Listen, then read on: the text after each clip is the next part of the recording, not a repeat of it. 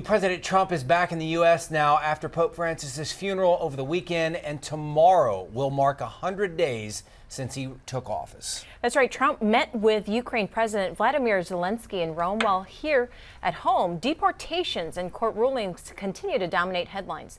NBC's Bianca Fascini has details from Washington. Good morning, Bianca. Hey guys, good morning. President Trump is still working on a peace deal between Russia and Ukraine, and it does seem like he's shifting his tone on Russia. But meanwhile, back at home, he's approaching the mark of his first 100 days in office amid a falling approval rating. President Trump back stateside after the funeral for Pope Francis in Italy over the weekend. Trump had a behind-the-scenes meeting in Rome with Ukraine President Volodymyr Zelenskyy that both described as positive. We want to continue such meetings to bring peace to Ukraine. In photos released by the Ukrainian government, the two are seen talking closely, as well as speaking with other leaders from the UK and France. It's a noted change from their last in-person meeting at the White House in February, which ended with Trump calling Zelenskyy ungrateful. The president will hit the road again Tuesday, hosting a rally in Macomb, Michigan, while deportations and court rulings continue to dominate the headlines. Meanwhile, Tuesday marks 100 days in office for Trump, whose approval rating is sinking.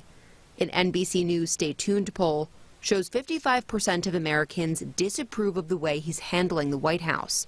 He's being hit especially hard on his economic policy, with 61% disapproving of his tariff plan. It's all coming down. It's all looking good. The tariffs are strong.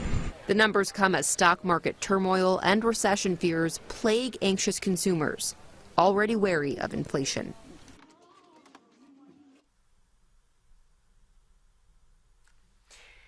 And President Trump is expected to mention easing inflation during his rally in Michigan on Tuesday. But the latest consumer price index does show it remains virtually unchanged from the start of the year. Guys. Bianca Fascini there in Washington. Bianca, thank you. The Trump administration's crackdown on illegal immigration intensifies with two mass raids with hundreds of arrests in the past few days.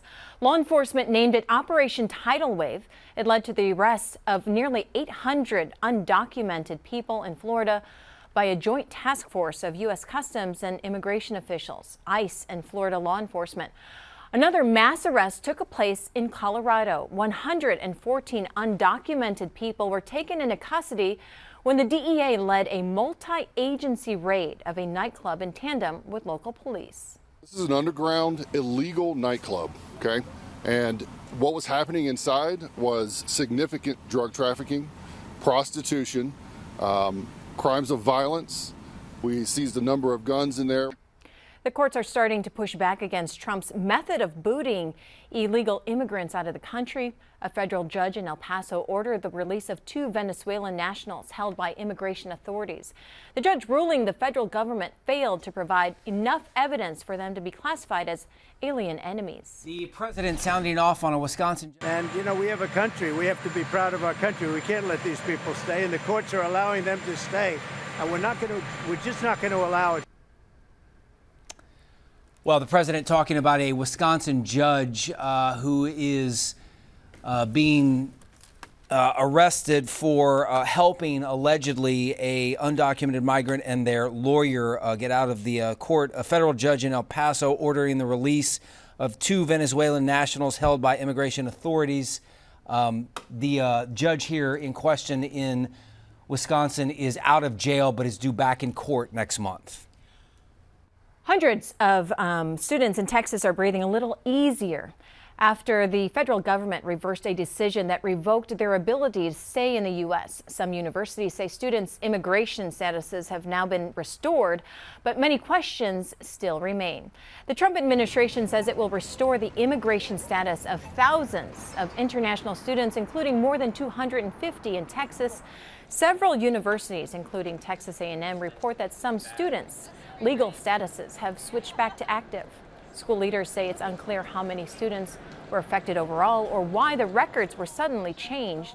Students at Texas Women's University, the University of Texas at El Paso, UTSA, and UT Rio Grande Valley also had their statuses reinstated. All right.